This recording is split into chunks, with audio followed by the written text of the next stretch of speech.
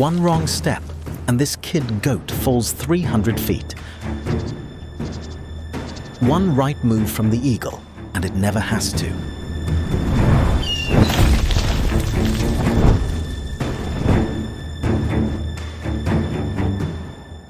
High in a remote range of jagged peaks, the wind carries the scent of thawing snow and bare rock. A young ibex, barely 8 weeks old, picks its way along a narrow ledge, alone.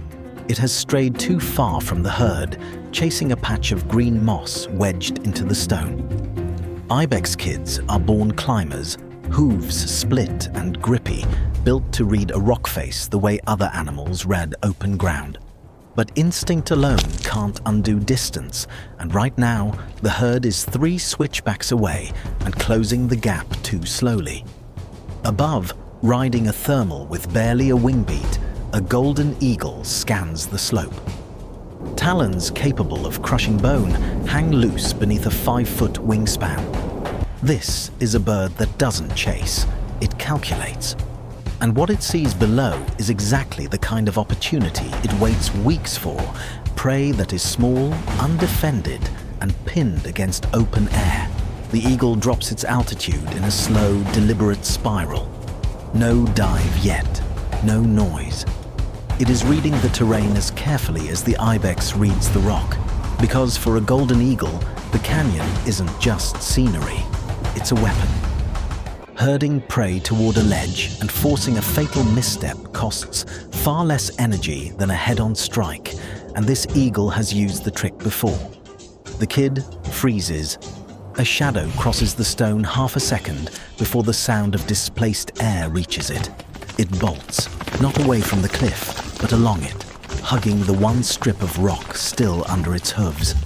The eagle banks hard, wingtips nearly brushing granite, and cuts the angle off completely. The ledge narrows. Behind the kid, open drop. Ahead, nothing but a dead end where the rock face folds in on itself. The first pass comes in low and fast. Talons rake toward the kid's flank. The ibex flinches sideways on legs no wider than a human wrist and somehow keeps its footing on a lip of stone barely the width of a dinner plate.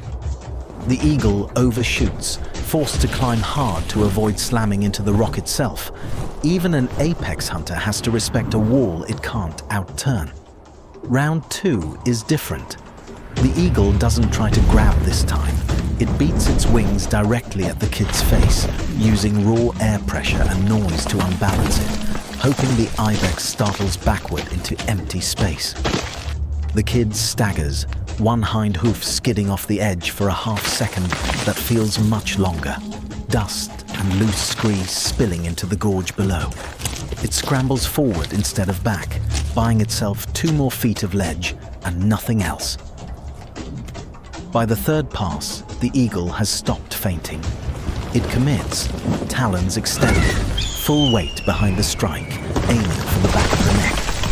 The kid drops flat against the stone at the last possible instant, and the eagle's grip closes on nothing but a mouthful of loose fur. It's enough contact to leave a shallow gash along the kid's shoulder, but not enough to end this. That's when the ledge runs out. The kid stands on a final shelf of rock no bigger than a doormat, 300 feet of open canyon behind it, an eagle recircling in front. This is the moment the whole hunt was built for. Cliffs don't negotiate, and neither does gravity. Then the dynamic shifts.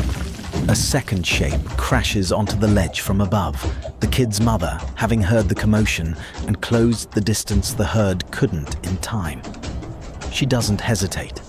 Adult ibex carry curved horns built for exactly this kind of close-quarters defense, and she puts her full weight behind a headbutt aimed squarely at the eagle's flank as it comes around for another strike.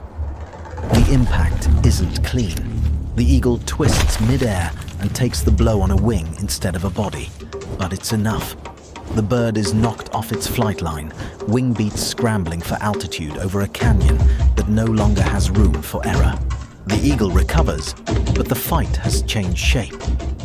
It's no longer hunting an isolated kid. It's facing an adult defender with weapons of her own, on terrain now crowded with 2 ibex instead of 1. The bird peels off, circling higher, looking for an opening rather than forcing one. The opening never fully comes. As the eagle banks for a 4th approach, the ledge itself answers first. The accumulated impact of the struggle, hooves scrambling, a body slamming into stone, has already fractured the thin shelf of rock beneath the kid's feet. It gives way in a slow collapse of gravel and dust, and for one heartbeat, the kid is falling.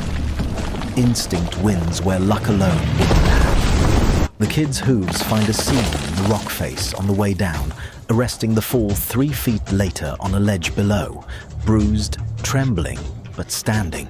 The eagle, denied its target and now facing an angry adult ibex with nowhere left to retreat to, breaks off the hunt entirely and climbs back into open sky.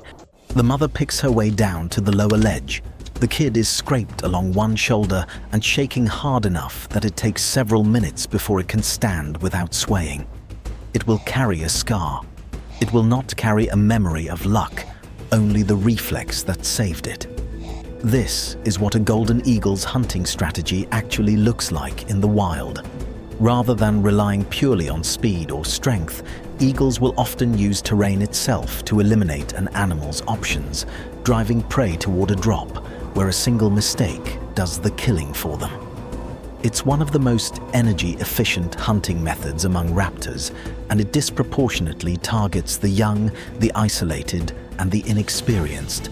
Animals whose footing and judgment haven't fully caught up to their instincts yet. Ibex, in turn, are among the most sure-footed ungulates on the planet, capable of standing on outcrops barely wider than their own hooves, a trait shaped by millions of years of exactly this kind of pressure from above. And for the mothers, close quarters defense against airborne threats is a genuine and recorded behavior.